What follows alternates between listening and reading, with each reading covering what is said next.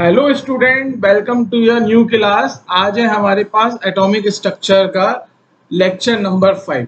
तो lecture number 5 start करने से पहले हम एक बार क्या करते हैं, रिवीजन कर लेते हैं कि लेक्चर नंबर 4 में हमने क्या क्या स्टडी की थी। तो आ जाइए फटाफट एक बार मैं रिवीजन करा देता हूँ लेक्चर नंबर 4 में।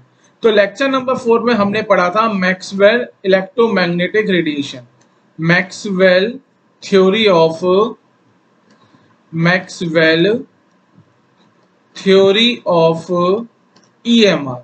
ईएमआर क्या होता है? Electromagnetic radiation. और बेसिकली ईएमआर क्या होता है? हमारे पास एक फॉर्म ऑफ एनर्जी होता है। तो मैक्सवेल इलेक्ट्रोमैग्नेटिक रेडिएशन की जो थ्योरी है वो क्या है कि एक चार्ज पार्टिकल जो एनर्जी को एब्जॉर्ब करेगा और एनर्जी को इमिट करेगा in the form of EMR करेगा। ईएमआर बेसिकली क्या होता है? इलेक्ट्रोमैग्नेटिक रेडिएशन, जिसको हम बोलते हैं it is a form of energy. अब होता क्या है, मैक्सवेल ने बोला जो ईएमआर होता है उस ईएमआर के पास क्या होता है? एक वेव नेचर होता है। और अगर वेव नेचर होगा तो वेव के साथ क्या क्या एसोसिएट होगा? एक वेवलेंथ होगी और एक उसकी फ्रीक्वेंसी होगी। तो according to Maxwell theory of EMR, when accelerating charge particle moves, it develop the magnetic field and electrical field, and both the field are perpendicular to each other and in a same phase। और कैसे होंगे? ये same phase में होंगे। and the direction of energy propagation is perpendicular to both the electrical field and the magnetic field। ये आपने study की थी।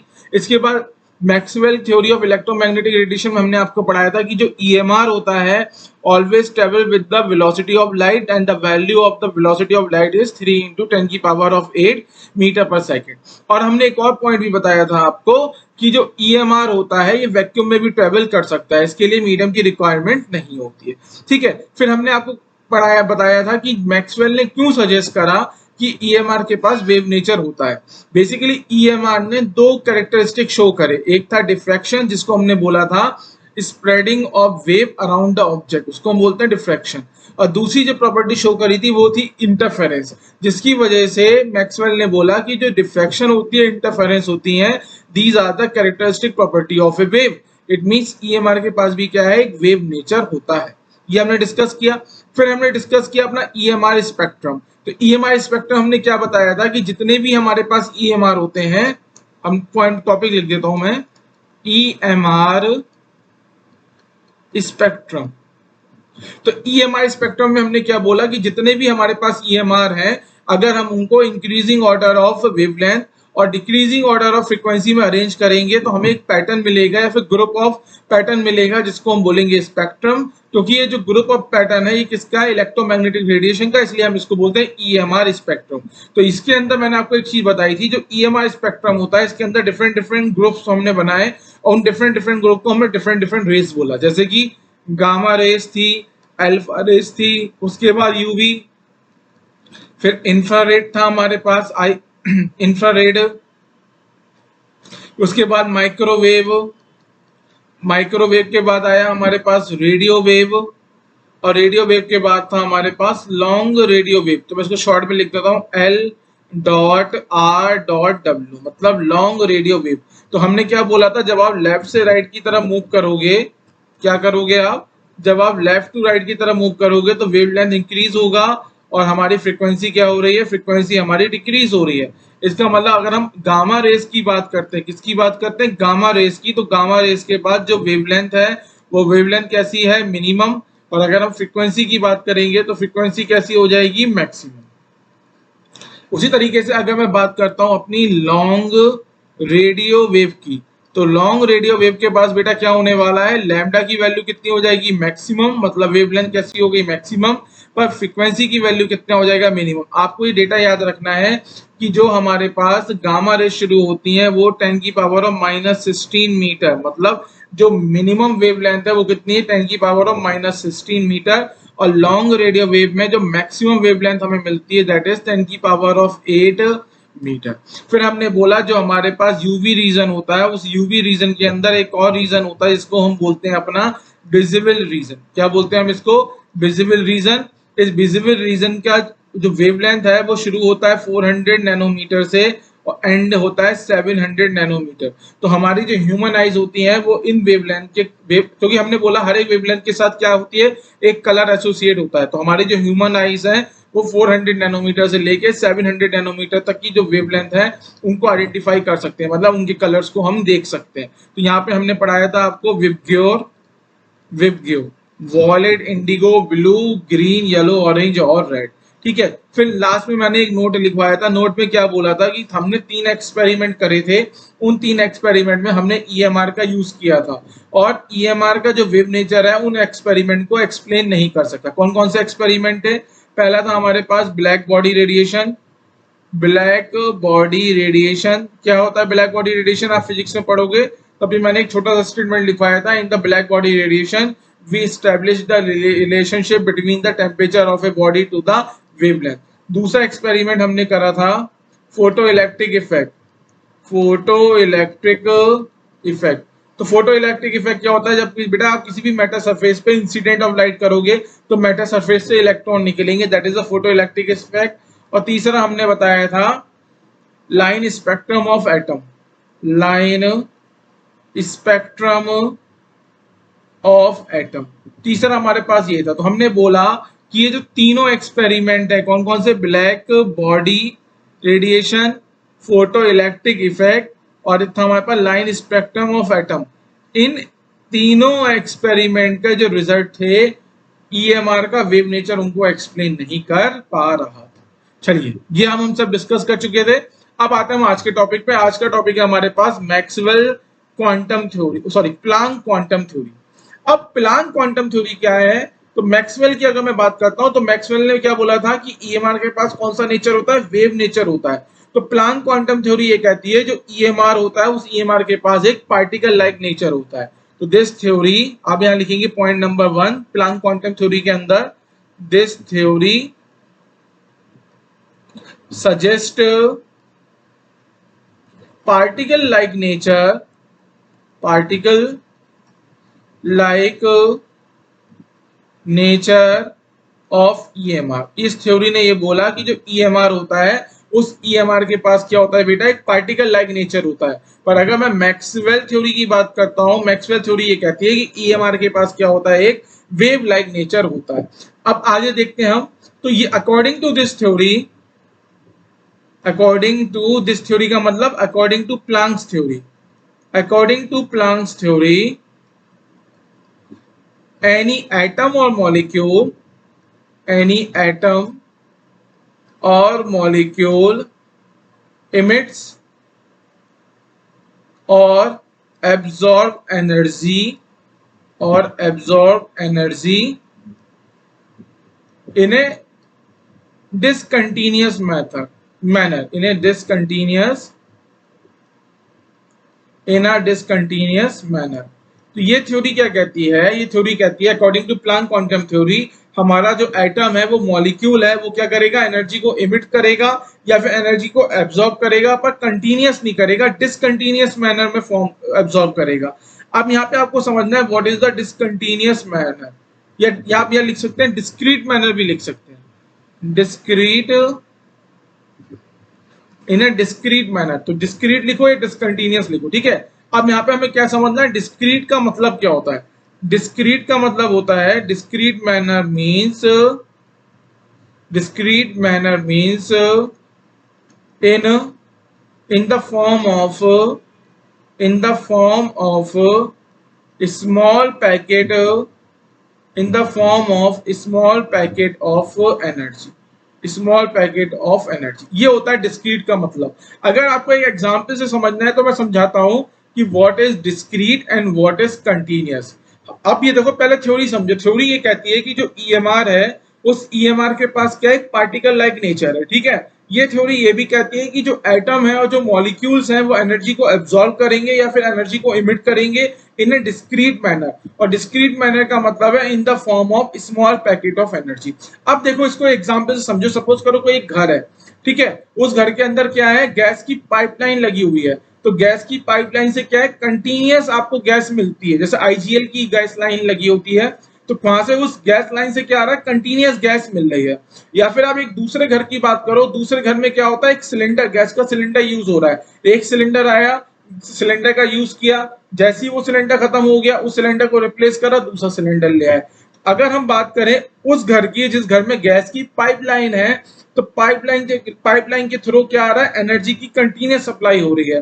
पर अगर मैं बात करता हूँ एक उस घर की जिस घर में गैस का सिलेंडर लगा हुआ है, तो उसका आप बोल सकते हो कि वहां पे जो एनर्जी आ रही है in the form of cylinder, in the form of 1 unit of cylinder आ रही है। इसको हम बोलते हैं discrete manner. So I think आपको समझ में आया होगा what is the discrete. Discrete का मतलब होता है छोटे छोटे पैकेट ऑफ एनर्जी, ठीक है। अब इसमें नेक्स्ट पॉइंट लिखेंगे, this small packet of energy related to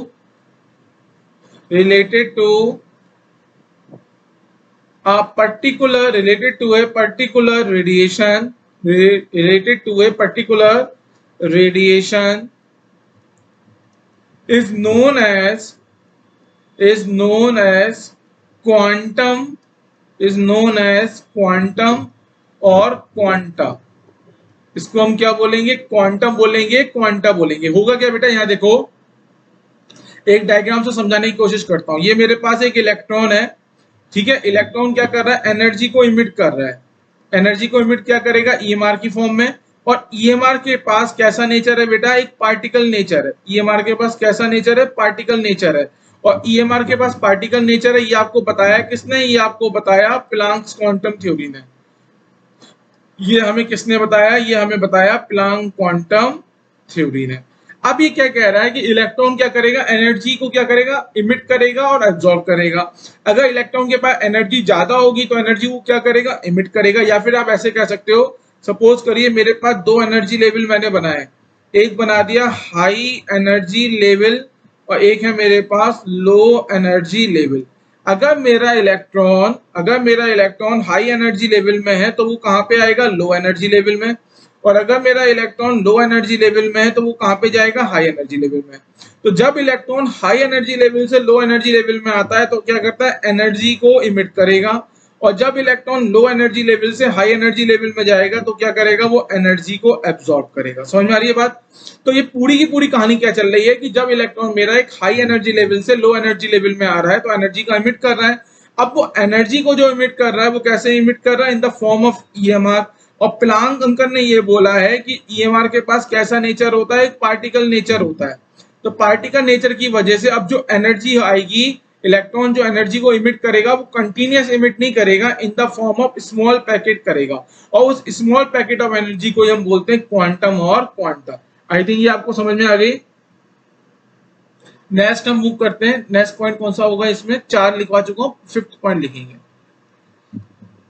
5th point लिखते हैं, corresponding to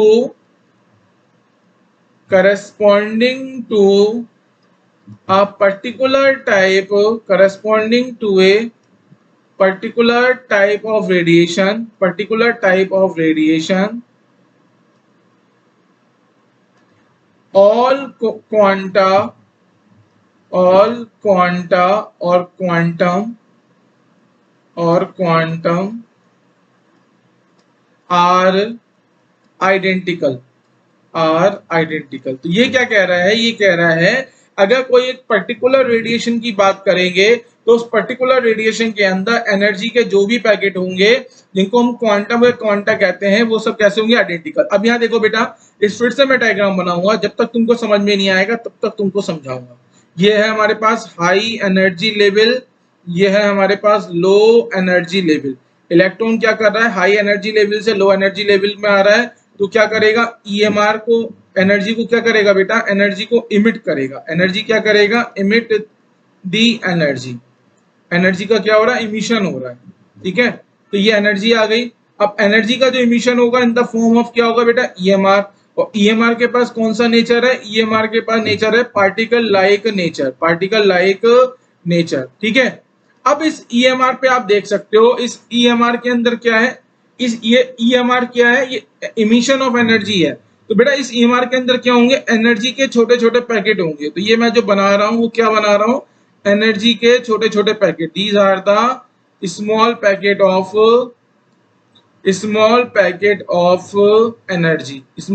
ऑफ एनर्जी, और इन्हीं स्मॉल पैकेट ऑफ एनर्जी को हमने क्या बोला है, इन्हीं स्मॉल पैकेट ऑफ एनर्जी को हम बोलते हैं क्वांटम और क्वांटा। समझ में आई कहानी? इलेक्ट्रॉन जब हाई एनर्जी लेवल से लो एनर्जी लेवल पे जाएगा तो एनर्जी को इमिट करेगा, एनर्जी को इमिट करेगा in the form of EMR. EMR के पास कौन सा नेचर है? पार्टिकल लाइक नेचर है according to Planck quantum theory. इसका मतलब इस ईएमआर के अंदर क्या होंगे? एनर्जी के छोटे छोटे पैकेट होंगे। एनर्जी के इन छोटे छोटे पैकेट को हम क्या बोलते हैं? क्वांटम और क्वांटा। ठीक है, नेक्स्ट पॉइंट लिखते हैं हम इसमें। सपोज करो बेटा, मैं एक चीज बताता हूँ यहाँ पे, एक और चीज चलो समझ लो, उसके बाद फिर बताता हूँ मैं। सपोज करो बेटा, ये मेरे पास एक हाई एनर्जी लेवल है, ये मेरे पास एक लो एनर्जी लेवल है, और ये मेरे पास एक दूसरा लो एनर्जी लेवल है। ये मेरे पास क्या है? एक दूसरा लो एनर्जी लेवल है। तो मैंने लो एनर्जी लेवल कितने बनाए? 2 बनाए। अब हमारा जो इलेक्ट्रॉन है, हमारा इलेक्ट्रॉन हाई एनर्जी लेवल से लो एनर्जी लेवल 1 में आएगा तो ईएमआर निकालेगा, और ईएमआर के अंदर क्या होंगे? ईएमआर के अंदर होंगे एनर्जी के छोटे छोटे पैकेट। एनर्जी के क्या होंगे? छोटे छोटे पैकेट। जब मेरा इलेक्ट्रॉन हाई एनर्जी लेवल से लो एनर्जी लेवल 2 पे आएगा तब भी क्या निकालेगा? तब भी ईएमआर निकालेगा। एनर्जी बेटा क्या हो रहा है? हाई एनर्जी से लो एनर्जी पे आ रहा है तो एनर्जी क्या होगी? रिलीज होगी। अब इस एनर्जी के अंदर क्या होंगे बेटा? इस ईएमआर के अंदर भी एनर्जी के छोटे छोटे पैकेट होंगे। ठीक है, अब आप एक बात बताओ, अगर हाई एनर्जी लेवल सपोज करो E1 है, या फिर ई हाई लिख देता हूं मैं, और लो एनर्जी लेवल की एनर्जी को मैं EL1 और EL2 बता देता हूं। ठीक है, तो यहाँ आप देखो एनर्जी का गैप हमें दिख रहा है, that is the energy gap, जिसको मैं बोलूंगा डेल्टा E1। और ये हमारे पास क्या है? ये हमारे पास एनर्जी का गैप है, जिसको मैं बोलूंगा डेल्टा E2। और साफ साफ मुझे दिख रहा है कि हमारे पास जो एनर्जी का गैप है between the high energy level to the low energy level 1, that is delta E1, and between the high energy level और to the low energy level 2। तो दोनों के बीच का एनर्जी का जो गैप है वो एनर्जी का गैप इक्वल नहीं है।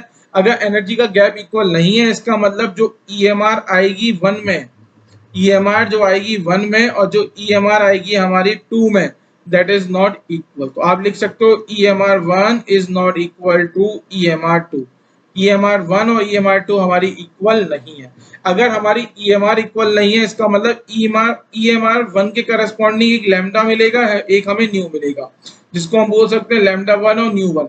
ईएमआर 2 के करस्पॉन्डिंग हमें क्या मिलेगा? हमें न्यू 2 मिलेगा और लैम्डा 2 मिलेगा। तो आप यहाँ देख सकते हो, तो ईएमआर 1 के करस्पॉन्डिंग लैम्डा 1 होगा, न्यू 1 होगा। ईएमआर 2 के करस्पॉन्डिंग लैम्डा 2 होगा और न्यू 2 होगा। ठीक है, और हमें साफ साफ दिख रहा है lambda 1 is not equal to lambda 2 and nu 1 is not equal to nu 2। ये भी हमें साफ साफ दिख रहा है। इसका मतलब बेटा, जो न्यू हमने क्या बोला है? Corresponding to a particular type of radiation. किसी एक टाइप के रेडिएशन की बात करेंगे तो उस एक टाइप के रेडिएशन में जितने भी एनर्जी के पैकेट हैं, मतलब जो क्वांटम और क्वांटा है, वो सब कैसे? आइडेंटिकल। मतलब यहां समझो, अगर मैं ईएमआर 1 की बात करूंगा तो ईएमआर 1 क्या हो गया? एक पर्टिकुलर टाइप का रेडिएशन हो गया। तो ईएमआर 1 में जो भी एनर्जी के पैकेट मिलेंगे वो एनर्जी के पैकेट कैसे होंगे? आइडेंटिकल। अब मैं बात करता हूं ईएमआर 2 की, तो ईएमआर 2 में जो भी एनर्जी के पैकेट होंगे वो सब पैकेट कैसे होंगे? आइडेंटिकल। पर ईएमआर 1 और ईएमआर 2 के एनर्जी के पैकेट सेम नहीं होंगे। ठीक है, ईएमआर 1 के अंदर, फिर से समझो यहाँ पे जो मैं समझाना चाह रहा हूं, मैं ये समझाना चाह रहा हूं, अगर ये मेरे पास ईएमआर 1 है तो इस ईएमआर 1 के अंदर जो भी एनर्जी के पैकेट हैं वो सब कैसे होंगे? आइडेंटिकल। ये मेरे पास ईएमआर 2 है, तो इस ईएमआर 2 के अंदर जितने भी एनर्जी के पैकेट होंगे वो सब एनर्जी के पैकेट कैसे होंगे? आइडेंटिकल। पर ईएमआर 1 और ईएमआर 2 के एनर्जी के पैकेट सेम नहीं होंगे। यही पॉइंट मैं आपको समझाना चाह रहा था। ठीक है, चलिए नेक्स्ट मूव करते हैं हम। नेक्स्ट पॉइंट लिखते हैं, पॉइंट नंबर 6। वहां पे नहीं लिखा था, यहाँ लिखते हैं। ठीक है, द एनर्जी पैकेट,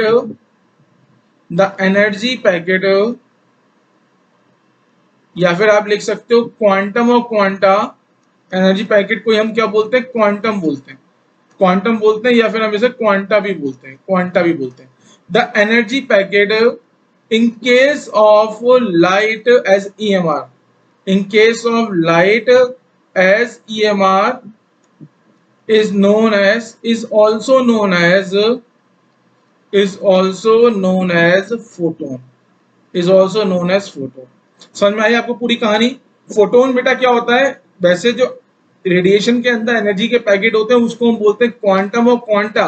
पर अगर हमारे पास जो रेडिएशन है वो रेडिएशन किसका? लाइट का रेडिएशन है, तो लाइट एनर्जी के अंदर जो भी एनर्जी के पैकेट होते हैं उनको हम क्या बोलते हैं, अपना फोटोन बोलते हैं, उन्हीं को हम क्या बोलते हैं, अपना फोटोन बोलते हैं। तो यहाँ पे आप नोट करके लिखेंगे, अब यहाँ नोट करके आपको लिखना है, क्या लिखना है, फॉर अ रेडिएशन, किसी एक रेडिएशन की बात कर रही है, तो for a radiation, for a radiation, suppose करो रेडिएशन का मतलब बेटा ये मेरे पास एक ईएमआर है, ठीक है, मैं इस रेडिएशन की बात कर रहा हूँ, ये मेरे पास क्या है, ईएमआर, और इस ईएमआर के अंदर मैंने क्या बना दिया, अपने एनर्जी के पैकेट, तो ये मेरे पास क्या है, एनर्जी के पैकेट। तो क्या बात चल रही है, फॉर ए रेडिएशन, किसी भी रेडिएशन के लिए बात चल रही है, तो फॉर ए रेडिएशन एनर्जी जो होगी रेडिएशन की is directly proportional to, directly energy जो है रेडिएशन की, या एनर्जी ऑफ फोटोन जो है, ऐसे चेंज करते हैं, एनर्जी ऑफ क्वांटम।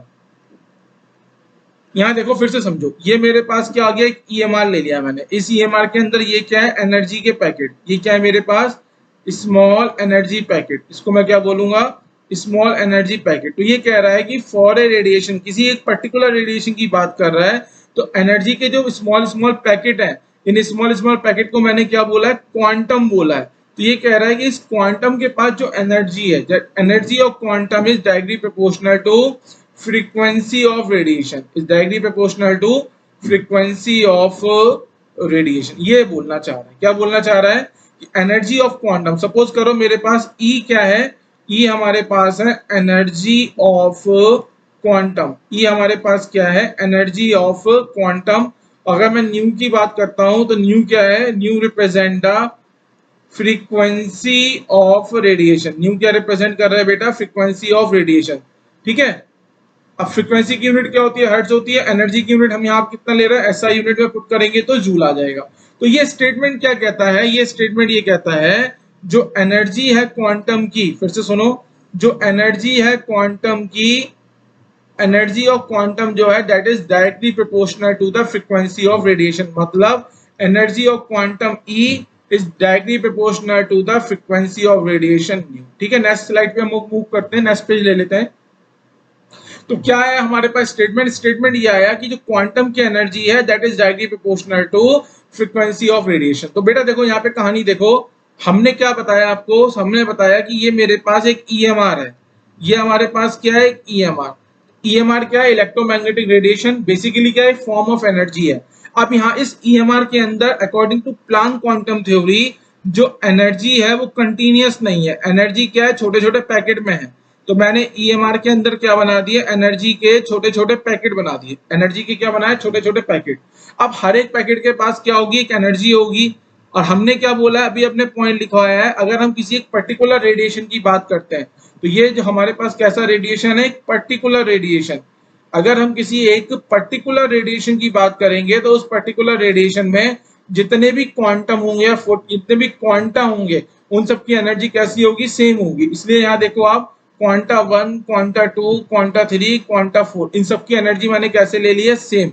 इन सबकी एनर्जी मैंने ई दिखाई है। अब हम ये कह रहे हैं जो ईएमआर है, इस ईएमआर के पास क्या होगी, एक फ्रीक्वेंसी होगी जिसको हमने बोला है न्यू। तो हमने ये बोला है according to Planck quantum theory जो एनर्जी ऑफ क्वांटम होती है that is directly proportional to frequency of radiation, ठीक है। अब हम क्या करते हैं, यहाँ पे प्रोपोर्शनलिटी का साइन हटाते हैं और एक कांस्टेंट इंट्रोड्यूस करते हैं जिसको हम बोलेंगे एच। एच है हमारे पास प्लैंक कांस्टेंट। एच हमारे पास क्या है, एच है हमारे पास प्लैंक्स कांस्टेंट। और इस प्लैंक कांस्टेंट की जो वैल्यू होती है वो होती है 6.6 इंटू 10 की पावर ऑफ -34 जूल सेकेंड, ठीक है। अगर मैं न्यू की बात करता हूं तो न्यू के लिए अभी मैंने आपको फॉर्मूला बताया, nu is equal to c by lambda. And what is c, अगर हम सी की बात करेंगे तो सी होता है 3 इंटू 10 की power of 8 metre per second. Basically अगर आप देखो तो न्यू है क्या, न्यू है फ्रीक्वेंसी ऑफ ईएमआर, ठीक है। और ईएमआर हमेशा कौन सी स्पीड से ट्रेवल करता है, with the speed of light. और स्पीड ऑफ लाइट क्या होती है, सी, जिसकी वैल्यू होती है 3 इंटू 10 की पावर ऑफ 8, ठीक है। And what is lambda, lambda हो जाएगा हमारे पास वेवलेंथ ऑफ ईएमआर। तो लैम्डा हमारे पास क्या हो जाएगा, वेवलेंथ ऑफ ईएमआर, ठीक है।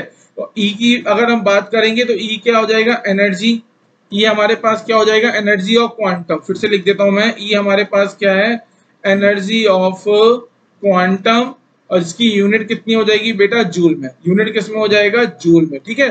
तो वेवलेंथ को भी मैं मीटर में ले लेता हूँ और प्लांक कांस्टेंट मैंने ले लिया। सब मैंने जितने भी यूनिट पुट किए हैं यहाँ पे वो सब यूनिट मैंने किस में पुट किए हैं, एसआई में पुट किए हैं। जितने भी यूनिट मैंने यहाँ पे पुट किए हैं वो सब किस में पुट करा है बेटा, मैंने एसआई यूनिट में ही ये वैल्यू सब पुट की है, ठीक है। तो यहाँ से हमारे पास रिलेशन क्या आ जाएगा, E is equal to h nu and nu is equal to c by lambda. तो E is equal to h c by lambda, E is equal to h c by lambda. तो यहाँ से एक relation आ गया। अब आपको ये समझना है व्हाट इज E। E हमारे पास है एनर्जी ऑफ वन क्वांटम भी लिख सकते हो, energy of one quantum is equal to 6 h into c divided by lambda. What is h? Planck constant. The value of Planck constant is 6.6 into 10 की power of minus 34 joule second. C is equal to velocity of EMR, that is equal to 3 into 10 की power of 8 meter per second, and lambda is equal to wavelength of that EMR. That value we have to put in meter. समझ में आया यहाँ पे? चलिए next move करते हैं। अब यहाँ पे अगर हम देखें तो कौन सा पॉइंट आएगा, ये पॉइंट आएगा हमारा पॉइंट नंबर 7। पॉइंट नंबर 7 लिखिए। तो पॉइंट नंबर 7 में सबसे पहले ये देखिए, आपको अब समझ में आ गया जो एनर्जी इमिट हो रही है या एनर्जी एब्जॉर्ब हो रही है वो कंटीन्यूअस मैनर में नहीं हो रही है, डिस्क्रीट मैनर में हो रही है। डिस्क्रीट मैनर का मतलब एनर्जी के छोटे छोटे पैकेट मिल रहे हैं जिनको हम क्वांटम या फिर क्वांटा बोलते हैं, और अगर हम लाइट के केस में इन्हीं एनर्जी के छोटे छोटे पैकेट को क्या बोल देते हैं, फोटोन बोल देते हैं। ये अब आपको समझ में आ गया। और किसी भी जो क्वांटम होती है या क्वांटा की जो एनर्जी होगी that is directly proportional to the frequency of the radiation. आपने यहाँ से फॉर्मूला क्या ड्राइव करा था, अभी अभी आपने फॉर्मूला ड्राइव करा है, E is directly proportional to nu, E is equal to h nu and E is equal to h c by lambda. ये वाला फॉर्मूला आप अभी ड्राइव करके जस्ट आए हो। तो पॉइंट नंबर 7 बता रहा हूं मैं।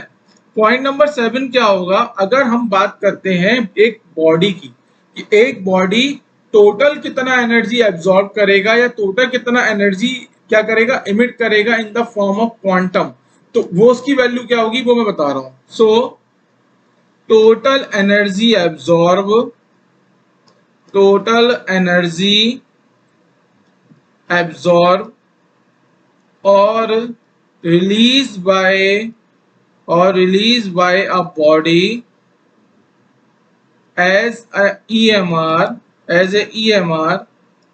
is a integral multiple of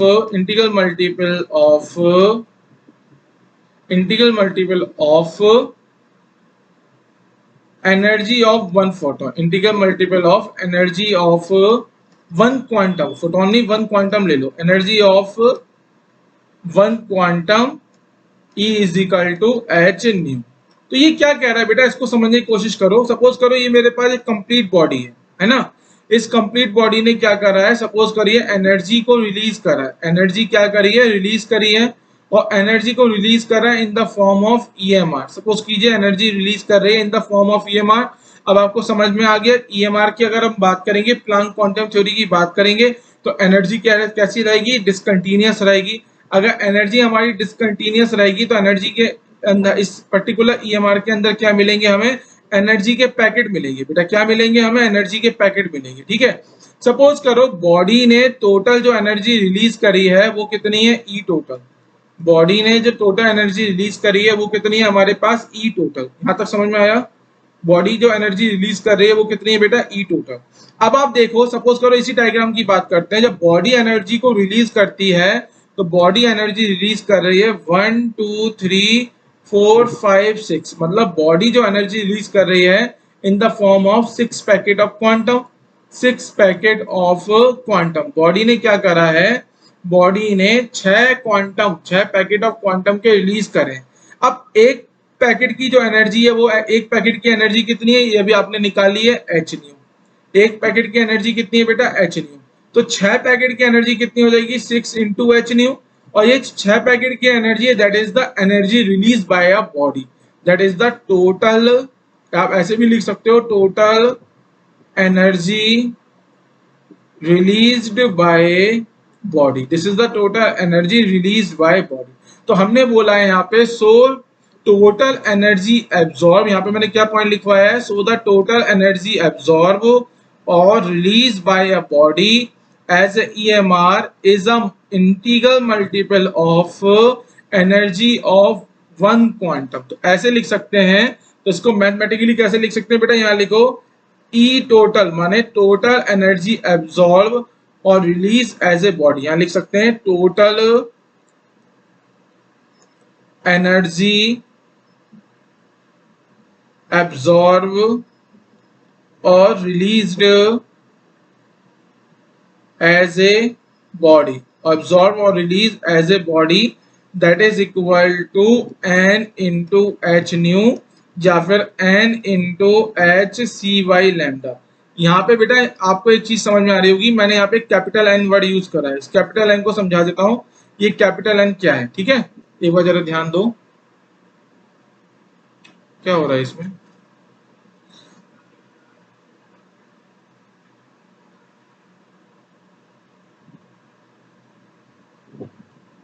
एक मिनट रुकिए, कुछ आई थिंक प्रॉब्लम है। अरे इसी में मैनेज कर लो।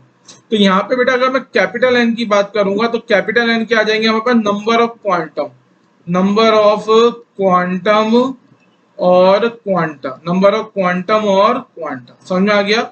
जैसे कि इस केस के साथ रिलेट करके देखो, अगर ये मेरे पास एक बॉडी है और ये बॉडी जो टोटल एनर्जी रिलीज कर रही है in the terms of 6 packet of quantum, 6 packet of quantum, तो बॉडी ने टोटल कितनी एनर्जी रिलीज करी, number of quantum into energy of one quantum. तो यहाँ पे जो एच न्यू है या फिर एच सी वाई लैम्डा है, बेसिकली ये क्या रिप्रेजेंट कर रहा है, यहाँ आप लिख सकते हो एच न्यू और is equal to h c by lambda. Basically ये क्या रिप्रेजेंट कर रहा है, represents energy of one quantum. ये क्या कर रहा है बेटा, एक क्वांटम की एनर्जी को रिप्रेजेंट कर रहे हैं, ठीक है। अब बॉडी टोटल कितनी एनर्जी रिलीज कर रही है, तो आपको देखना पड़ेगा एक ईएमआर के अंदर एक कितने एनर्जी के पैकेट हैं, तो आप हर एक एनर्जी के पैकेट को ऐड कर दोगे तो टोटल एनर्जी हमें मिल जाएगी। समझ में आ गया। आई थिंक यहाँ पे कोई डाउट नहीं होगा। अब यहाँ पे कुछ चीजें आपको नोट करके लिखनी है। नोट करके क्या लिखनी है, बहुत ज्यादा इंपॉर्टेंट है, ये नीट के पॉइंट ऑफ व्यू से बता रहा हूँ, नीट के पॉइंट ऑफ व्यू से ये चीज इंपॉर्टेंट है। अभी आपने क्या निकाला, अभी आपने क्या क्या फाइंड आउट करा वो बता रहा हूँ। आपने निकाला एनर्जी ऑफ वन क्वांटम। सबसे पहले ही समझ में आना चाहिए what is the energy of one quantum. So the energy of one quantum is equal to h nu, this is the energy of one quantum. अगर मैं पूछूं total energy released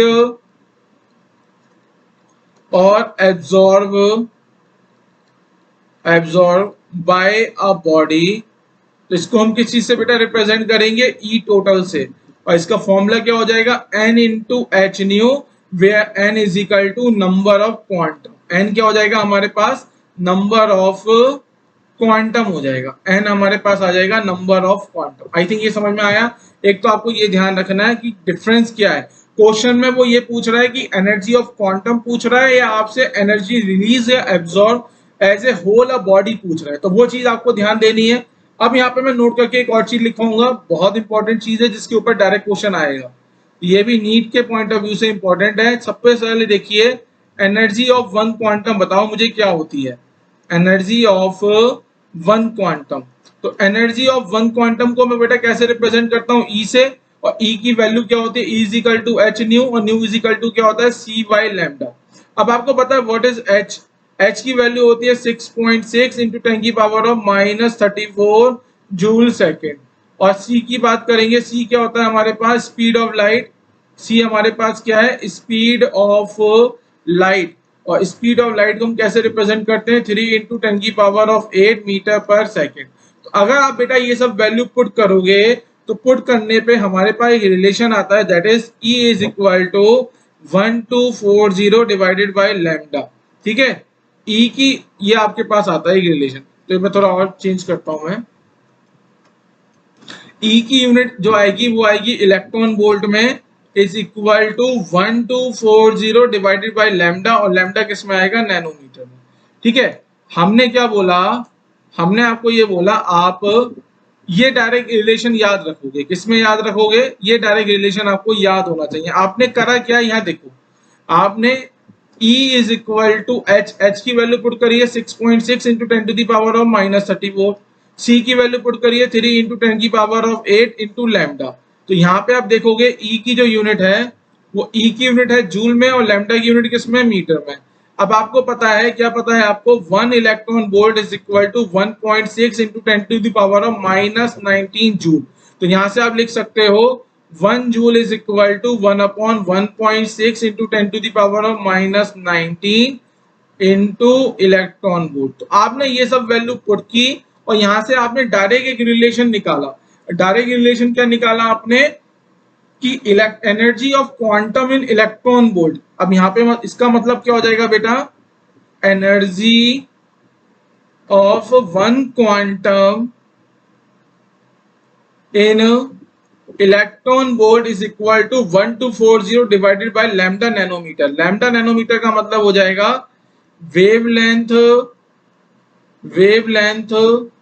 of EMR in nanometer. पर ये चीज ध्यान रखना है, this formula is only applicable to the Planck quantum theory. सिर्फ प्लांक क्वांटम थ्योरी के लिए एप्लीकेबल है। इट इज ओनली, यहाँ लिखवा देता हूं मैं आपको, it is only applicable for Planck quantum theory. It is only applicable for Planck's quantum theory. Planck's quantum theory, ये चीज आपको ध्यान रखनी है, ठीक है, क्योंकि प्लांक क्वांटम थ्योरी में ये माना गया है जो एनर्जी ऑफ क्वांटम है that is directly proportional to the frequency of the radiation. ठीक है, तो ये समझ में आ गया। तो ये है हमारा आज का पूरा थ्योरी वाला पार्ट। क्या क्या थ्योरी वाले पार्ट में शुरू किया, एक बार रिवाइज करते हैं, फिर हम आ जाएंगे अपने न्यूमेरिकल वाले पार्ट पे। ठीक है, तो थ्योरी वाले पार्ट का एक बार रिवीजन करा देता हूं मैं। तो आज हमारा टॉपिक था, पहला टॉपिक था प्लांक क्वांटम थ्योरी का। तो प्लांक ने ये बोला जो ईएमआर होता है उस ईएमआर के पास कैसा नेचर होगा, एक पार्टिकल लाइक नेचर होगा। अगर हम मैक्सवेल की बात करते हैं तो मैक्सवेल कहता है कि ईएमआर के पास एक वेव नेचर है, और प्लांक ये कहते हैं कि जो ईएमआर है उस ईएमआर के पास एक पार्टिकल लाइक नेचर है। फिर इन्होंने बोला कि हमारा जो एटम है और जो मॉलिक्यूल है जो एनर्जी को एब्जॉर्ब करता है या फिर एनर्जी को रिलीज करता है वो डिस्क्रीट मैनर में करता है। किस मैनर में करता है, डिस्क्रीट मैनर में। और डिस्क्रीट मैनर का मतलब होता है in the form of small packet. Discrete manner का मतलब मैंने क्या बताया, इन the form of small packet of energy. तो इसका मैंने एग्जांपल लेके भी बताया। एक घर में आईजीएल की पाइपलाइन आ रही है, गैस की पाइपलाइन आ रही है, तो वहां पे उसको गैस कंटिन्यूअस मिल रही है। एक घर में क्या आ रहा है, जो गैस आ रही है वो सिलेंडर में आ रही है, मतलब छोटे छोटे पैकेट में आ रही है। ठीक है, अब ये जो छोटे छोटे पैकेट होते हैं एनर्जी के जो छोटे छोटे पैकेट होते हैं इनको हम बोलते हैं क्वांटम और क्वांटा। इनको हम क्या बोलेंगे, क्वांटम और quanta.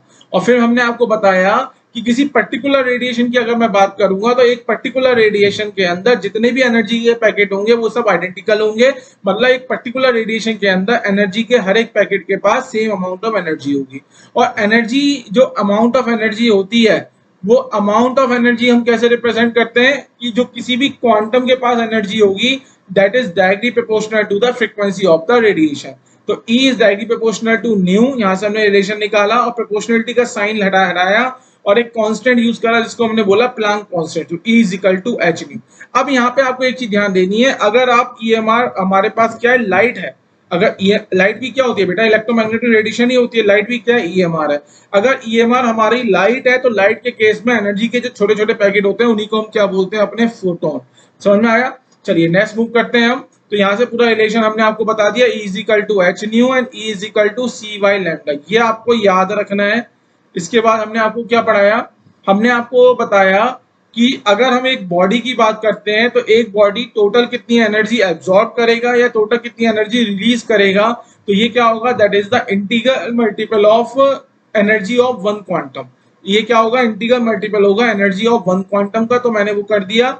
So the total energy absorb, मैंने क्या लिखवाया यहाँ पे, टोटल एनर्जी एब्जॉर्ब और release as a body is equal to n into h nu, where n is equal to number of quantum या क्वांटा। ठीक है, इसके बाद लास्ट में मैंने एक नोट लिखवाया है, this note is only applicable for the Planck quantum theory. क्या नोट लिखवाया मैंने, इस पे आ जाओ। नोट मैंने ये लिखवाया है कि आप इस फॉर्मूले को याद रखेंगे, E is equal to 1240 divided by lambda. पर हमें क्या करना है, यूनिट भी ध्यान रखना है। अगर हम लैम्डा की वैल्यू नैनोमीटर में पुट करेंगे तो एनर्जी हमारी इलेक्ट्रॉन वोल्ट में आती है, and 1 electron volt is equal to 1.6 into 10 की पावर ऑफ -19 जूल। तो ये चीज हमें क्या करनी है, ये चीज हमें याद रखनी है। ठीक है, चलिए अब आते हैं हम न्यूमेरिकल वाले पार्ट पे। पहला क्वेश्चन फटाफट हम इसे सॉल्व करेंगे। सॉल्व है हमारे पास, क्वेश्चन रीड करते हैं। The energy contained per quantum of a radiation of a frequency 4.2 into 10 की power of -14 hertz will be। तो आपसे पूछी है एनर्जी ऑफ क्वांटम, पूछी गई है आपसे। क्या पूछा है, एनर्जी ऑफ क्वांटम पूछा गया है। तो हमें पता है जो हमारे पास एनर्जी ऑफ क्वांटम होता है इसको हम डिनोट करते हैं ई के साथ, and E is equal to h into nu. तो क्वेश्चन में आपको न्यू की वैल्यू गिवन है, दैट इज 4.2 इंटू 10 की पावर ऑफ -14 हर्ट्ज। ठीक है, और h की वैल्यू आपको पता है, h क्या होता है, प्लांक कांस्टेंट की वैल्यू कितनी होती है, 6.6 इंटू 10 की पावर ऑफ -34 जूल सेकेंड। तो आपको इस क्वेश्चन में आपको h भी पता है, आपको न्यू भी पता है, आपको क्या फाइंड आउट करना है, आपको E फाइंड आउट करना है, that is the energy of quantum. तो फाइंड आउट करो, सिंपल क्वेश्चन है। E is equal to h, h is equal to 6.6 into 10 to the power of -34 into nu, nu is equal to 4.2 into 10 की power of -14। इसको solve करो, देखो कितना आ रहा है।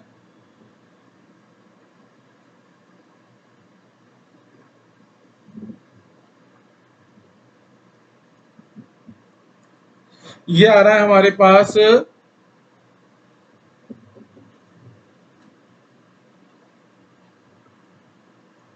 2.772। कितना आ रहा है, जूल में आएगा, पहले चीज तो ध्यान रखना।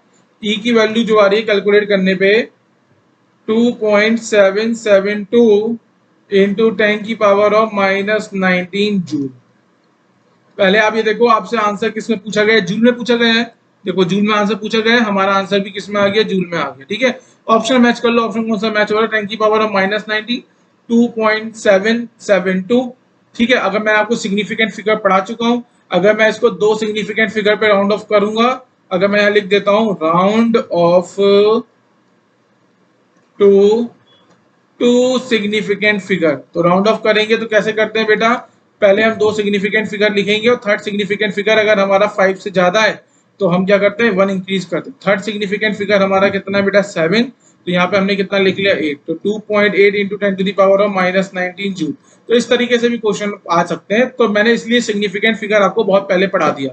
अब पूरी केमिस्ट्री में, चाहे फिजिकल हो चाहे ऑर्गेनिक हो, इनऑर्गेनिक, ऑर्गेनिक इनऑर्गेनिक में जरूरत नहीं पड़ेगी, फिजिकल में जरूरत पड़ती है क्योंकि मैथमेटिकल पोर्शन रहता है, तो वहां पे आपको फिजिकल सिग्निफिकेंट पता है। तो एक बार जिन बच्चों को नहीं आते सिग्निफिकेंट फिगर निकालना, तो लेक्चर सीरीज देख लो आप, सिग्निफिकेंट फिगर की 2 ही लेक्चर हैं, उन 2 लेक्चर में मैंने पूरा कवर किया है।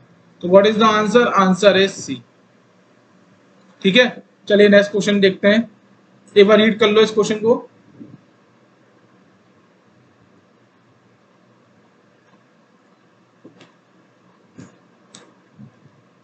क्वेश्चन है मेरे पास, energies of quantum of two different radiation are 2 electron volt and 4 electron volt, then their wavelength are related to। तो बेटा देखो, एक रेडिएशन मेरे पास ये है, दिस इज अ रेडिएशन 1, ये मेरे पास क्या है, रेडिएशन 1। ये कह रहा है ना 2 डिफरेंट रेडिएशन है, और ये मैंने बना दी अपनी radiation 2, this is the radiation 2। तो रेडिएशन 1 के लिए आपको, आपसे पूछा गया था energy of quantum 2 different radiation are 2 electron volt and 4 electron volt. मतलब रेडिएशन 1 में आपके पास जो क्वांटम है, उस क्वांटम की जो एनर्जी है वो एनर्जी आपको गिवन है। अब वो एनर्जी कितनी गिवन है आपको, that is E1, that is 2 electron volt. इसको इलेक्ट्रॉन वोल्ट में ही रखो, यूनिट कन्वर्जन मत करो।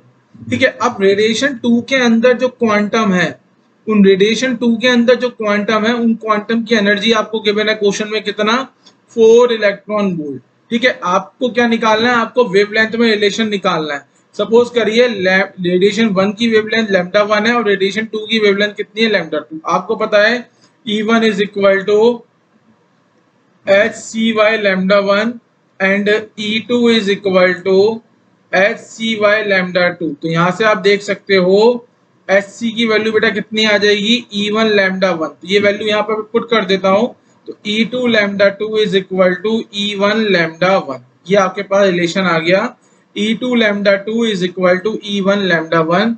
मैं यहाँ पे सॉल्व कर रहा हूँ इस वाले पार्ट को, क्या आया मेरे पास, E2 lambda 2 is equal to E1 lambda 1, E2 की वैल्यू पुट करी मैंने 4 electron volt into lambda 2 is equal to E1 की वैल्यू पुट कर रहा हूं मैं 2 इलेक्ट्रॉन वोल्ट इंटू लैम्डा 1। तो इलेक्ट्रॉन वोल्ट से इलेक्ट्रॉन वोल्ट क्या हो गया बेटा, कैंसिल। तो यहाँ मेरे पास आ गया, क्या आया, 2 lambda 1 is equal to 4 lambda 2। I think ये ऑप्शन में गिवन है, this is the option C. तो ऑप्शन सी में आपको गिवन है 2 lambda 1 is equal to 4 lambda 2। So option C is the answer of your question. समझ में आया आपको कि हमने कैसे सॉल्व करना है? चलिए नेक्स्ट क्वेश्चन पे मूव करते हैं। नेक्स्ट क्वेश्चन में रीड करता हूं। A photon of 300 nanometer it absorb by a gas then release two photon, one re one reemitted photon has a wavelength 496 nanometer, the wavelength of the second reemitted photon आपसे पूछिए। तो है क्या बेटा, यहाँ देखो, एक मेरे पास ये गैस थी, ठीक है, ये मेरे पास क्या थी, गैस थी। तो गैस ने क्या करा है, एक फोटोन जो था, एक फोटोन जो था, अ फोटोन ऑफ 300 नैनोमीटर, ठीक है, एक फोटोन जिसकी वेवलेंथ हमें गिवन थी। बेसिकली वेवलेंथ फोटोन की नहीं होती है, वेवलेंथ किसकी होती है, रेडिएशन की होती है। मतलब एक फोटोन जिस रेडिएशन के अंदर प्रेजेंट था, या फिर आप इस क्वेश्चन को ऐसे देखो, एक गैस थी, उसने एक रेडिएशन को एब्जॉर्ब किया।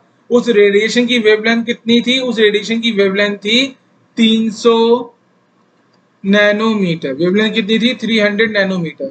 और फिर क्या कर रहा है, दो फोटोन को वो क्या कर रहा है बेटा, दो फोटोन को री इमिट कर रहा है, ठीक है। तो ये वाला फोटोन क्या हो रहा है, ये वाला फोटोन तो हमारा हो रहा है एड्सॉर्ब। क्या हो रहा है, ये वाला फोटोन एड्सॉर्ब, और बाकी दो फोटोन को वो क्या कर रहा है, री इमिटेड। ये पहला हो गया हमारे पास री इमिटेड, री इमिटेड 1, और ये हो गया हमारे पास री इमिटेड 2, री इमिटेड 2, ठीक है। अब ये कह रहा है one reemitted photon has a wavelength 496। तो लैम्डा 1 की वैल्यू आपको पता है कितनी है, 496, और लैम्डा 2 की वैल्यू, इस वाला जो सेकंड वाला जो री इमिटेड है, इसकी आपसे वेवलेंथ क्या है पूछी गई है। तो ये क्वेश्चन है, सिंपल क्वेश्चन है। अब एक बार बताओ बेटा, यहाँ पे आप क्या लगा सकते हो, एनर्जी कंजर्वेशन लगा सकते हो। क्या लगा सकते हो, एनर्जी कंजर्वेशन। तो अगर मैं एनर्जी कंजर्वेशन अप्लाई करता हूं तो क्या लिखेंगे हम, एनर्जी रिसीव्ड, एनर्जी एड्सॉर्ब लिख लो, energy adsorb is equal to energy re emitted, energy re emitted. तो एनर्जी एड्सॉर्ब क्या है, एनर्जी एब्सॉर्ब, अब अभी मैंने आपको एक इक्वेशन पढ़ाई थी, क्या पढ़ाई थी, E is equal to 1240 upon lambda nanometer, और एनर्जी किसमें आएगी, इलेक्ट्रॉन वोल्ट में। तो ये वाला फॉर्मूला अप्लाई कर रहा हूं। तो बेटा एनर्जी एब्सॉर्ब कितनी हो जाएगी, 1240 divided by lambda in nanometer. इसके बाद एनर्जी, एनर्जी रीइमिटेड, एनर्जी जो रीइमिट हो रही है वो दो फोटोन के रूप में हो रही है।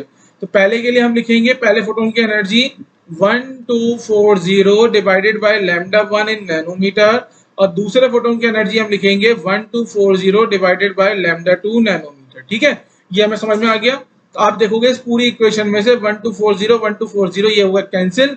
तो हमारे पास क्या आ गया, 1 upon lambda is equal to 1 by lambda 1 plus 1 by lambda 2। तो यहां से मैंने निकाला 1 by lambda 2 is equal to 1 by lambda minus 1 by lambda 1।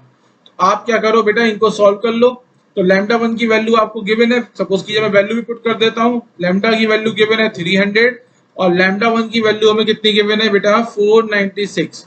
तो इसको सॉल्व करेंगे,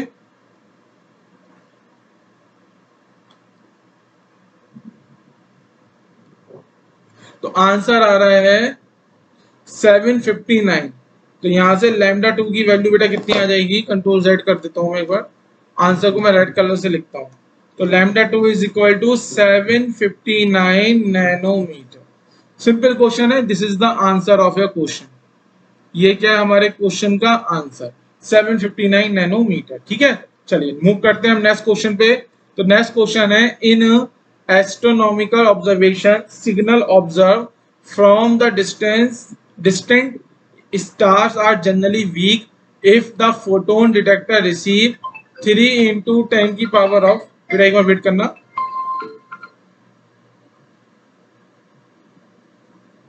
इस क्वेश्चन में मैं आई थिंक एक चीज लिखना भूल गया हूँ।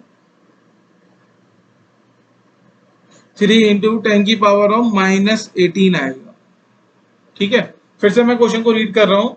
An astronomical observation signals observe from the distinct stars are generally weak if the photon detector receive 3 × 10⁻⁻18 energy from radiations of 600 nanometre wavelength, then calculate the number of photon receive पर detector. तो बेटा यहाँ देखो,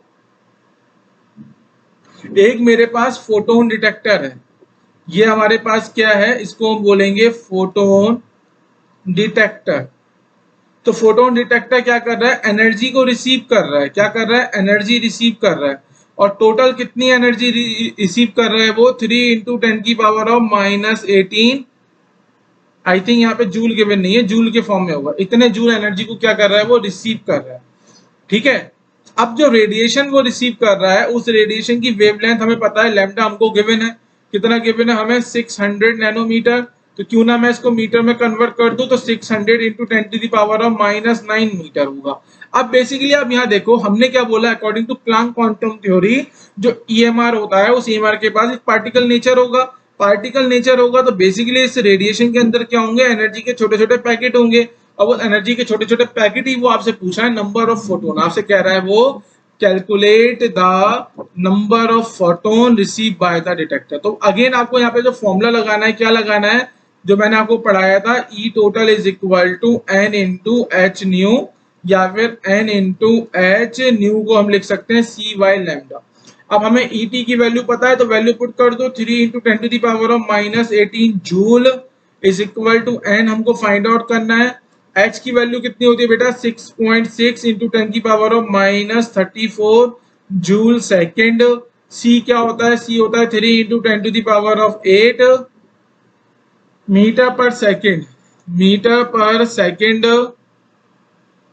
और lambda, lambda कितना है, 600 × 10⁻⁻9 metre, है ना। ये आपके पास डेटा आ गया। तो अब आप क्या करो, इसको सॉल्व कर लो। इसको क्या करो, आप सॉल्व करो। अब हम क्या करते हैं, अगर मैं सपोज करो यहाँ पे एज्यूम कर लूं Planck constant h is equal to 6 × 10⁻⁻34 joule second. मैंने यहाँ पे क्या करा है, यहाँ पे मैंने आपको एक डेटा और दे दिया।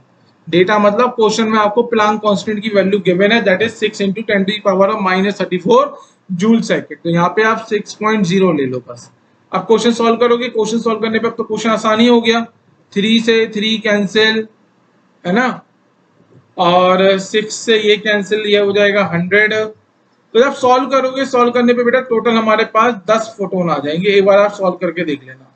सॉल्व करने पे आपके पास कितने आ जाएंगे, हमारे पास 10 फोटोन्स हमारे पास आ जाएंगे। क्लियर हो गया, कितने फोटोन आएंगे, 10। अब सॉल्व कर लो, सॉल्व करने पे आपको एक आइडिया भी लग जाएगा। ठीक है, चलो नेक्स्ट क्वेश्चन पे मूव करते हैं फटाफट।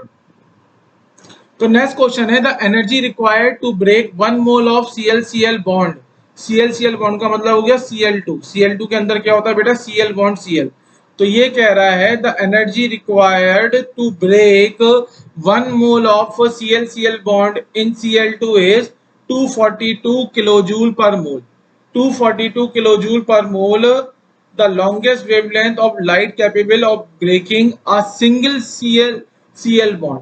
तो अब सिंपल है क्वेश्चन, क्वेश्चन में तो कुछ बचा ही है समझने के लिए। ये कह रहा है क्वेश्चन में कि 1 मोल अगर मेरे पास ClCl बॉन्ड है, 1 मोल ClCl बॉन्ड है, तो इनको ब्रेक करने के लिए 242 किलो जूल पर मोल एनर्जी की रिक्वायरमेंट है। ठीक है, या फिर अगर हम 1 मोल की बात कर रहे हैं, डायरेक्ट हम इसे 242 किलो जूल भी लिख सकते हैं। क्यों लिख सकते हैं, क्योंकि हमने यहाँ पे ऑलरेडी क्या ले लिया, 1 मोल। तो ये कह रहा है the amount of energy required to break 1 mole of ClCl bond. पूरा स्टेटमेंट क्या हो जाएगा, amount of energy required to break 1 mole of ClCl bond is this. अब बेटा यहाँ देखो, Cl2 की बात करेंगे, Cl2 के 1 मोल को ब्रेक करने के लिए इतनी एनर्जी की रिक्वायरमेंट है। अब आप एक बताओ, Cl2 के 1 मोल, किसी भी सब्सटेंस के 1 मोल के अंदर बेटा क्या होते हैं, Na यूनिट पार्टिकल्स होते हैं, Na यूनिट पार्टिकल्स। ठीक है, अब वो यूनिट पार्टिकल एटम भी हो सकता है और मॉलिक्यूल भी हो सकता है। अगर हम Cl2 की बात करेंगे तो Cl2 में आप देख सकते हो सिर्फ एक ही टाइप का एटम है, इसलिए क्या हो जाएगा, एलिमेंट हो जाएगा। और ये एलिमेंट हमारा किस फॉर्म में है, ये एलिमेंट हमारा मॉलिक्यूलर फॉर्म में है। तो किस फॉर्म में है बेटा, ये मॉलिक्यूलर फॉर्म में है, तो यूनिट पार्टिकल क्या हो जाएगा, इसका मॉलिक्यूल हो जाएगा। तो आप यहाँ पे लिख सकते हो कि 1 mole of Cl2 contain 1 mole of Cl2 contain 1 mole of Cl2 contain Na का मतलब Na की वैल्यू भी मैं पुट कर देता हूं 6 इंटू 10 की पावर ऑफ 23 ले लेता हूं मैं। 6.02 होता है पर मैं 6 इंटू 10 की पावर 23 मॉलिक्यूल ऑफ Cl2 ले लेता हूं। ठीक है, तो बेटा amount of energy required to break 1 mole of Cl bond is equal to 242 kilo joule, या फिर आप ऐसे भी लिख सकते हो अमाउंट ऑफ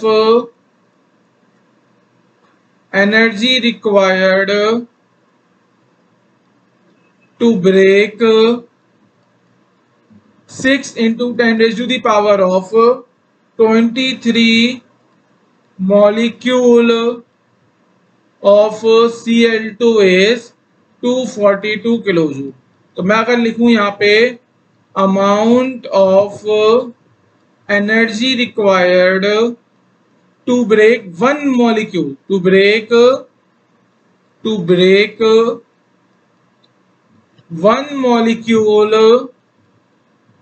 ऑफ Cl2 या फिर bond of Cl bond Cl, तो ये वैल्यू कितनी आ जाएगी बेटा 242 किलो जूल को मैं 10 टू दी पावर 3 से मल्टीप्लाई करके जूल में कन्वर्ट करूंगा डिवाइडेड बाय 6 इंटू 10 की पावर ऑफ 23। इतने अमाउंट ऑफ एनर्जी की रिक्वायरमेंट है एक मॉलिक्यूल को ब्रेक करने के लिए या एक मॉलिक्यूल का Cl बॉन्ड तोड़ने के लिए। ठीक है, तो आपसे पूछा है the longest wavelength of light capable of breaking a single bond, तो लैम्डा की वैल्यू आपसे पूछी है, तो आप यहाँ पे क्या लगा दो, आप यहाँ पे डायरेक्ट यूज कर सकते हो। नैनोमीटर में पूछा ना तो नैनोमीटर में डायरेक्ट पूछ लो।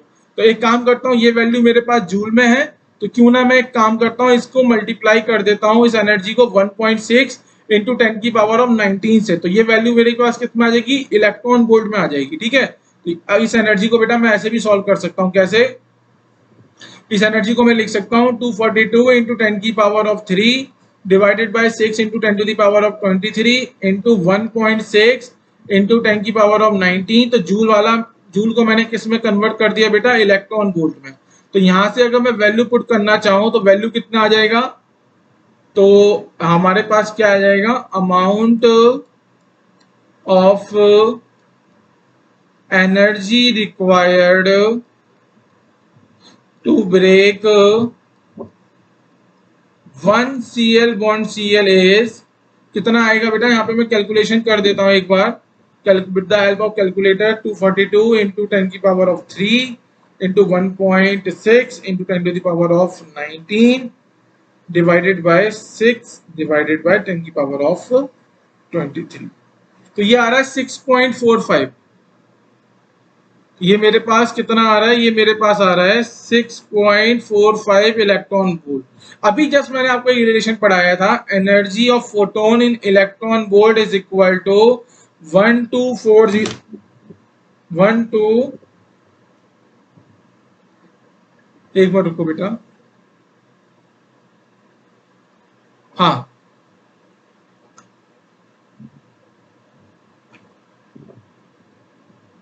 यहाँ पे कितना बताया मैंने, E in electron volt is equal to lambda in nanometre. ठीक है, तो यहाँ पे वैल्यू पुट कर दो, lambda in nanometre is equal to 1240 divided by E की वैल्यू कितनी आ रही है 6.45। तो यहाँ पे सॉल्व करो इसे, 1240 डिवाइडेड बाय 6.45 ये आ जाएगा हमारे पास 192.24 नैनोमीटर। ठीक है, क्वेश्चन में देखते हैं, क्वेश्चन में क्या पूछा है हमसे, वेवलेंथ पूछी है नैनोमीटर में, तो वेवलेंथ अच्छा हमारा ऑप्शन तो मैच ही नहीं कर रहा है। हमारा आंसर कितना आया है, हमारा आंसर आया है 192.24। ऑप्शन हमारे पास ऐसा कुछ है ही नहीं। ठीक है, अगर ऑप्शन ऐसा कुछ नहीं है तो फिर हमें क्या करना पड़ेगा, एक बार चेक करना पड़ेगा क्वेश्चन को। 242 इंटू 1000 इंटू 1.6 इंटू 10। ओहो, गलती समझ में आ गई है, मुझे गलती समझ में आ गई है। मैंने क्या गलती की है मैं बता देता हूँ यहाँ पे। 1 joule is equal to 1/1.6 into 10⁻⁻19 electron volt होता है ना। इसका मतलब मैं यहाँ लिख देता हूँ कि 1 joule is equal to 1/1.6 into 10⁻19 electron volt. और मैंने यहाँ पे जो 1.6 से डायरेक्ट मल्टीप्लाई करा है, तो गलती यहाँ पे हो गई है। थोड़ा सा एक बार इसको चेक करो, आप भी चेक करो, समझ में आ जाएगा। तो यहाँ पे आप जूल को जब इलेक्ट्रॉन वोल्ट में कन्वर्ट करोगे तो 1.6 इंटू 10⁻19 करना पड़ेगा हमें यहाँ, ठीक है। यहाँ पे हमारी गलती हो गई, तो हमें समझ में आ गया। अब हम क्या करते हैं, इस कैलकुलेशन को मॉडिफाई कर लेते हैं। तो मॉडिफाई करने पे कितना आएगा बता देता हूं मैं। 242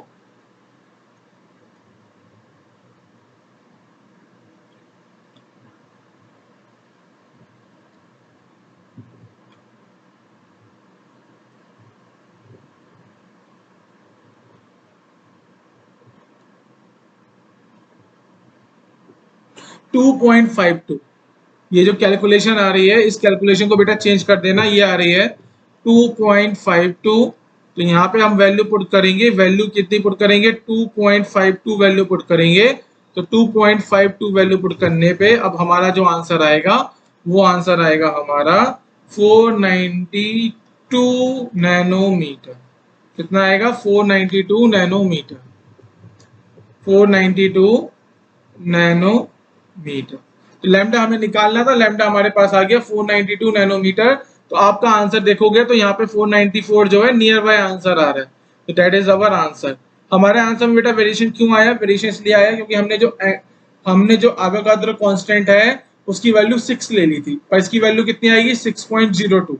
6.02 होती है, पर मैंने 6 लेके सॉल्व किया था, ठीक है। तो इस क्वेश्चन में हमसे एक मिस्टेक हो गई थी। वो देखो जल्दबाजी में क्या होता है मिस्टेक, और वो मिस्टेक आपसे नहीं होनी चाहिए कभी भी। जैसे मैंने अभी एक मिस्टेक की है, आपको इन मिस्टेक से सीखना है कि सर ये मिस्टेक हमसे नहीं होनी चाहिए हमारे एग्जाम में। अगर फाइनल एग्जाम में आपने ये मिस्टेक करी तो प्लस के नंबर जो मिलने थे वो तो गए गए, माइनस में नंबर और चले जाएंगे, ठीक है। तो यहाँ पे हमारी मिस्टेक क्या थी कि जब हम जूल को इलेक्ट्रॉन वोल्ट में कन्वर्ट करेंगे तो 10⁻19 को 1.6 से डिवाइड करेंगे। समझ में आ गया। चलिए फिर हम आते हैं हम आज के लेक्चर का लास्ट, ये हमारे आज के लेक्चर का लास्ट क्वेश्चन है। एक बार इसको रीड कर लो। A 100 watt bulb emit monochromatic light of wavelength 300 nanometre. तो मोनोक्रोमेटिक क्या होता है वो मैंने बता दिया था। अगर सेम वेवलेंथ की रेडिएशन आ रही है तो सेम वेवलेंथ की रेडिएशन को हम बोलते हैं मोनोक्रोमेटिक। समझ में आ रहा है। मोनो माने होता है सिंगल, ठीक है। मोनो माने होता है सिंगल, ठीक है। अगर सिंगल वेवलेंथ आ रही है, एक ही टाइप की वेवलेंथ आ रही है, तो उसको हम बोलते हैं मोनोक्रोमेटिक, ठीक है। तो हमारे पास है क्या बेटा, पहले मैं क्वेश्चन बना देता हूँ। ये मैंने क्या बना दिया, एक बल्ब बना रहा हूँ। तो ये हमारे पास क्या है, एक बल्ब है, ठीक है। बल्ब है और बल्ब क्या है, 100 वॉट का है। कितने वॉट का है, 100 वॉट का। मतलब इस बल्ब की अगर मैं, वॉट होता है क्या है, वॉट होता है हमारे पास, आपने फिजिक्स में पढ़ा होगा, जूल पर सेकेंड। जूल पर सेकेंड, जूल क्या होती है बेटा, जूल यूनिट होती है एनर्जी की, ठीक है। और सेकंड किसकी यूनिट होती है, टाइम की। तो एनर्जी पर यूनिट टाइम, इसका मतलब वॉट जो है वो किसकी यूनिट है, पावर की यूनिट है। पावर की जो यूनिट होती है, पावर की ही यूनिट को हम क्या बोलते हैं, वॉट बोलते हैं। पावर की यूनिट को हम क्या बोलेंगे, वॉट। तो आपको जो 100 वॉट का बल्ब गिवन है, तो बेसिकली आपको पावर गिवन है। और वो पावर कितनी है, वो पावर है आपके पास 100 वॉट, ठीक है। तो अगर मुझे एनर्जी निकालनी है तो एनर्जी के लिए मुझे क्या करना पड़ेगा, energy is equal to watt या फिर पावर इनटू टाइम। एनर्जी हम कैसे फाइंड आउट करते हैं बेटा, पावर इनटू टाइम से। समझ में आ गई। ये चीज ध्यान रखना, ये थोड़ा फिजिक्स का पार्ट है, यहाँ पे मैं बता देता हूँ। एक बल्ब है 100 वॉट का, अब वो क्या कर रहा है बेटा, इमिट्स द मोनोक्रोमेटिक लाइट। तो एक मोनोक्रोमेटिक लाइट को क्या कर रहा है, ये इमिट कर रहा है। ये लाइट कैसी है, मोनोक्रोमेटिक, मतलब हर एक लाइट के अंदर जो वेवलेंथ है वो वेवलेंथ कैसी है, सेम। तो सबकी वेवलेंथ मैंने कितनी ले ली, सबकी वेवलेंथ मैंने लैम्डा ले ली। इसको हम बोलेंगे मोनोक्रोमेटिक लाइट। और इसकी वेवलेंथ की वैल्यू हमें गिवन है, कितना गिवन है, 300 नैनोमीटर। आपसे पूछा गया है then number of photon emitted per second by the bulb. Number of photon emitted per second आपसे पूछा गया है, मतलब आपसे पूछा गया है, क्या पूछा गया है, मैं कलर चेंज कर देता हूं, number of photon emitted per second by the bulb. ठीक है, तो आपको जो टाइम गिवन है वो टाइम कितना है बेटा, 1 सेकेंड का गिवन है। अगर टाइम 1 सेकेंड गिवन है तो एनर्जी कितनी हो जाएगी, पावर इंटू 1 सेकेंड, पावर कितनी है 100, तो एनर्जी कितनी आ गई बेटा 100 जूल। 100 जूल आपको पता चल गया, ये that 100 joule is equal to total energy. ये हमारे पास क्या है, ये हमारे पास है टोटल एनर्जी। अब आपको पता है जो टोटल एनर्जी होती है, that total energy is equal to n into h nu, या आप इसे क्या लिख सकते हो, एन इंटू न्यू की वैल्यू आप क्या पुट कर सकते हो, सी वाई लैम्डा। आपको ईटी की वैल्यू पता है, एच सी लैम्डा सबकी वैल्यू पता है, तो यहाँ पे पुट करो, एन की वैल्यू फाइंड आउट करो, यही क्वेश्चन में पूछा गया है। तो ई की वैल्यू हो गई 100 joule is equal to, n की वैल्यू फाइंड आउट करनी है, एच की वैल्यू है 6.6 इनकी इंटू 10 की पावर ऑफ -34, सी की वैल्यू है 3 इंटू 10 की पावर ऑफ 8, और लैम्डा की वैल्यू आपको कितनी गिवन थी, 300 नैनोमीटर, जिसको मैं क्या करूंगा मीटर में कन्वर्ट कर दूंगा, 300 इंटू 10 की पावर ऑफ -9 मीटर। ठीक है, तो आप इसको सॉल्व करो, यहां से आपके पास एन की वैल्यू आ जाएगी। तो मैं भी सॉल्व करता हूं, मैं तो यूज करूंगा क्या अपना इंजीनियर वाला कैलकुलेटर, आप लोग यूज क्वेश्चन को सॉल्व कीजिए अपने। एक चीज ध्यान रखो, एग्जाम में तुमको कैलकुलेटर नहीं मिलने वाला, तो तुम्हें अपनी प्रैक्टिस जो करनी है, अभी से अपनी प्रैक्टिस को फास्ट रखना है। तो हमारा जो आंसर आ रहा है, अरे हमारा जो आंसर आ रहा है वो कितना आ रहा है, 1.51 इंटू 10 की पावर ऑफ 20 फोटोन। कितने फोटोन आ गए बेटा, 20 फोटोन। 1.51 इंटू 10 की पावर ऑफ 20 फोटोन। ऑप्शन की हम बात करेंगे तो ऑप्शन में हमारे पास ऑप्शन डी हमारा मैच कर रहा है, तो option D is the answer of this question. ठीक है, तो आइए एक बार अपने रिवीजन कर लेते हैं कि हमने आपको क्या क्या पढ़ाया। प्लैंक क्वांटम थ्योरी पढ़ाना स्टार्ट की, प्लैंक क्वांटम थ्योरी हमने कंप्लीट बताया क्या क्या होती है प्लैंक क्वांटम थ्योरी, और उसके बाद हमने इसके ऊपर जितने न्यूमेरिकल करा सकते थे वो सब न्यूमेरिकल हमने कराए। ठीक है, so this is all about the today lecture. ये है आपका आज का लेक्चर जिसका नाम है प्लैंक क्वांटम थ्योरी। और प्लैंक क्वांटम थ्योरी ये कहती है कि जो ईएमआर है उस ईएमआर के पास एक पार्टिकल नेचर होता है। ठीक है, और ये अब भी कोई एटम या मॉलिक्यूल एनर्जी को इमिट करेगा या एब्जॉर्ब करेगा तो कंटीन्यूअस फॉर्म में नहीं करता है, डिस्क्रीट फॉर्म में करेगा। डिस्क्रीट फॉर्म का मतलब है एनर्जी के छोटे छोटे पैकेट देगा, उस एनर्जी के छोटे छोटे पैकेट को हम बोलते हैं क्वांटम ऑफ क्वांटा, जिसकी जो एनर्जी होगी that is directly proportional to the frequency of radiation. और किसी पर्टिकुलर टाइप के रेडिएशन में जितने भी क्वांटम होंगे वो सब आइडेंटिकल होंगे। मेन चीज क्या है, आपको एक फॉर्मूला याद रखना है, energy of quantum in electron volt is equal to 1240 divided by lambda in nanometre. ठीक है, चलिए फटाफट अब हम आ जाते हैं अपने वो वाले काम पे जो हमें बहुत करना बहुत पसंद है। क्या करना पसंद है, ये तो बेटा इसी के साथ अब आपका फोटो इलेक्ट्रिक इफेक्ट।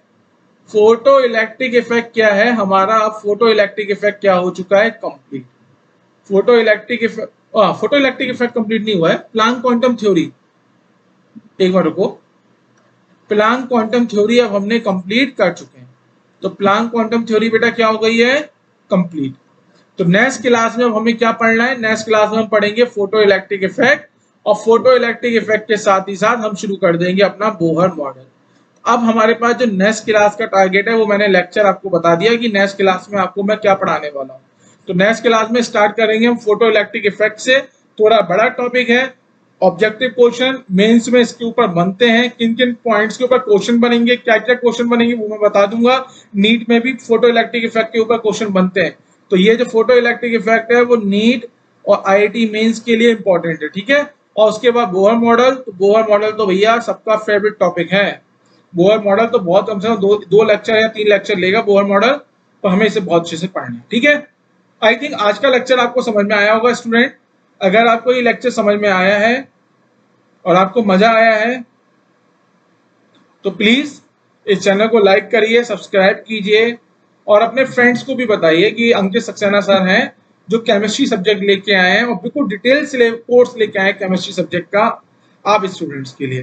तो तब तक के लिए मिलता हूं मैं आपको नई क्लास में। तब तक के लिए ध्यान रखो, हेल्थ का ध्यान रखो, खाने पीने का ध्यान रखो और लाइफ में एंजॉय करो और अपनी अच्छे से पढ़ाई करो। मिलता हूं आपको next class of atomic structure, that is lecture number 6।